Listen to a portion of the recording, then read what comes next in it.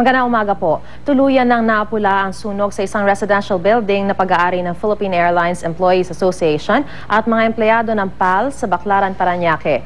Ayon kay BFP-NCR Fire Chief Superintendent Pablito Cordeta, natagalan bago tuluyan itong maideklarang fire out dahil gawa sa kahoy ang sahig ng naturang gusali at mayat-mayay nagniningas ito sa iba't ibang bahagi.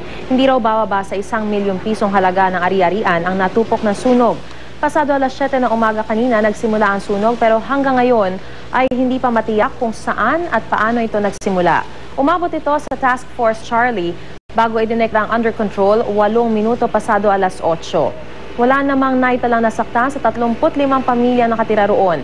Napag-alaman din ng Bureau of Fire Protection na naputulan ng kuryente ang ilang unit na establishmento kaya iimbestigahan ngayon kung ano ang nawa nila para makakuryente. Samantala, sumunod na sa oil price hike ang Chevron. Simula alas 6 ng umaga kanina, piso ang dagdag presyo ng Chevron sa kada litro ng gasolina, habang 75 sentimo naman sa kada litro ng diesel at kerosene. Lalo nang nag-anunsyo ang Eastern Petroleum at Shell ng dagdag presyo sa kanilang gasolina at diesel. Ang paggalaw sa presyo ay dala pa rin daw ng pagtaas ng presyo ng produktong petrolyo sa world market. Mula sa Tahanan ng Katotohanan, ako po si Mariz Umali.